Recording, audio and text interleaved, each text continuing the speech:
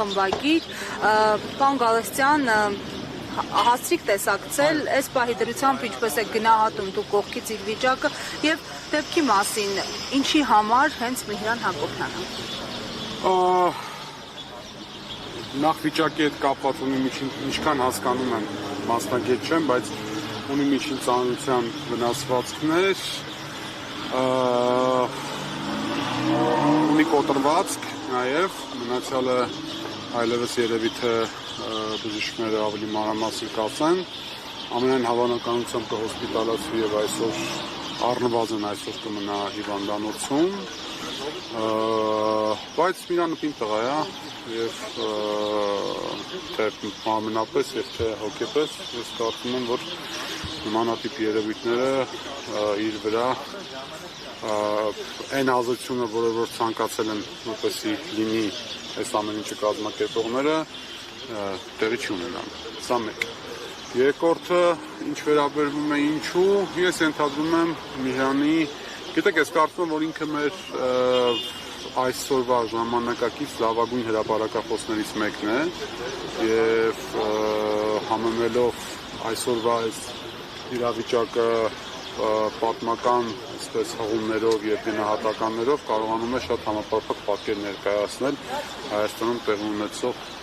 սարսափելի իրադարձություններին։ Ես ենթադրում եմ, այս ամեն ինչը կապված է ուղիղ իր քաղաքական, հասարակական եւ հրապարակախոսական գործունեության հետ, առավել մանրամասն ինքս էլ չեմ պատկերացնում։ Առանձնապես հույս չունեմ, որ իհարկե կբացահայտվի, որովհետև ես չեմ հիշում, որ այսպիսի դեպքեր բացահայտվեին, նույն Միրանի հետ կապված ես ուզում եմ հիշեցնել, որ 2021 թվականին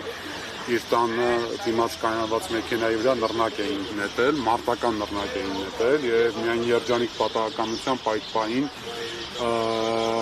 իր ընտանիքի անդամներից որևիցե մեկը կամ հարևաններից որևիցե մեկը դուրս չէր եկել ու մեքենան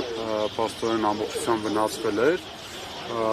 Ընդամենը 1-2 րոպե հետո իրենք պատրաստվում էին տնից դուրս գալու, այսինքն սա բացառապես նախախնամության, երջանիկ նախախնամության արդյունք է եղել։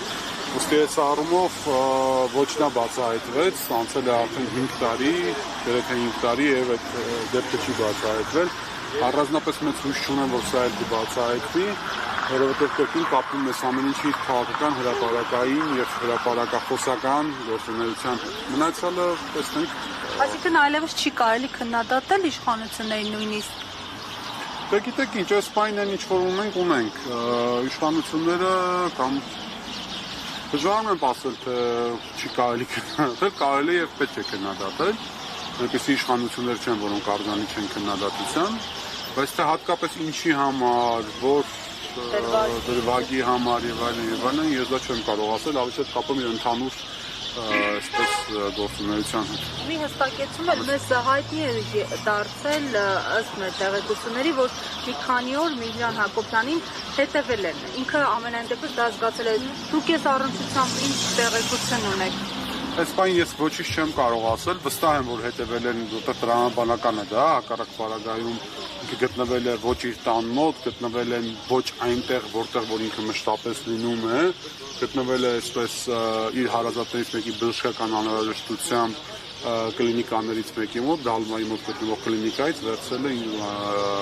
այսպես անհրաժեշտ տեղեկանքներ, այսպես ասեմ, առավել չկանչանալու համար, այսինքն ինքը այդ իր համար սովորական տեղ չի, դա ինչ որ չգիտեմ, իր մամանը չի, գրասենյակը չի, իր տունը չի,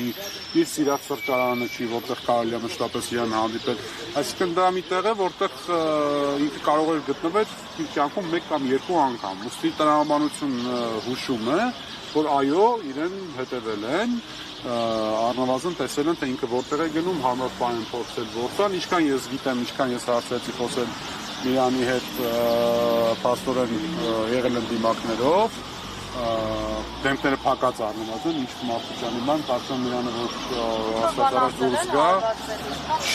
չէ, փորձել են գետին գցեն, ինչքան հասկանում եմ, բայց կրկին, քանի որ ինքը ֆիզիկապես բավական այսպես պատրաստված տղամարդ է, այդ չի ստացվել իրենց մոտ, այսքան է, այսինքն շատ հատվածական դրվագային բաներ ես ինքս էլ գիտեմ պարոն Հակոբյանի պատմելով, Աստված արած ինքը դուրս կգա եւ ավելի հստակ ու ավելի հանգամանալից կարողանա բացատրել, ոստիկանություն գնաց եկավ մոտը, կարծեմ քննչական, եթե չեմ սխալվում, մի բան դուրս է եկել, գիտական գնացին։ Տեսա, այս բանը այսքանն է, ունենք ինչ որ ունենք, այստեղ